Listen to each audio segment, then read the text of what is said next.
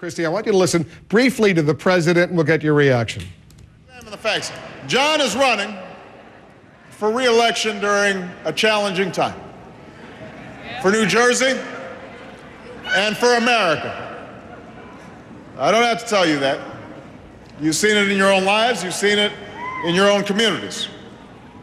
There are too many folks who are out of work and too many people who are looking for a job.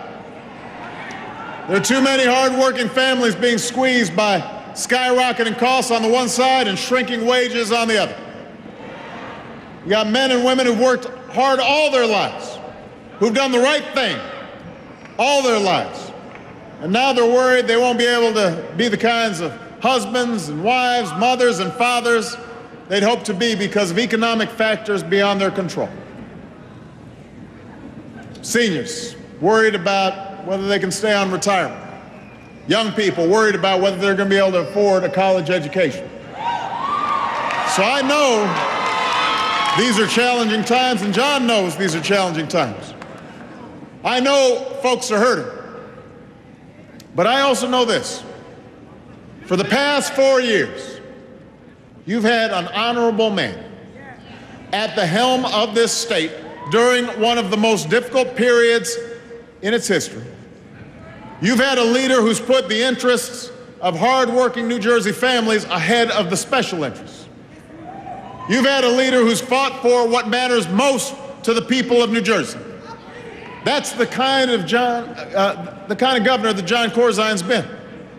That's the kind of governor that John Corzine will continue to be. All right, so there you hear the president making the case for John Corzine. Chris Christie, the main challenger to Governor Corzine. How do you respond to the president? Well, listen, the president is right. These are awful times in New Jersey. We have the highest tax burden state in America. We have the highest unemployment in the region. We have had no private sector job growth under John Corzine. He diagnoses the problem correctly. I just think that John Corzine is not the solution. And I think the people of the state of New Jersey know that we have to get back to the policies that will lower taxes, cut spending in New Jersey, not continue to grow taxes. The governor, rather, has promised $1 billion tax increase next year. He said he'd be happy to raise the gas tax. This is already on the most heavily tax-burdened citizens in America. I just think the president diagnoses the problem correctly, but his prescription is wrong. John Corzine is not the guy you want for the next 4 years if you want New Jersey to get back on the right track. Chris Christie, I will thank you very much for coming in, and we'll invite Governor Corzine to join us here in the Situation Room as well. Appreciate it. We'll be watching that election very closely. Thanks very much.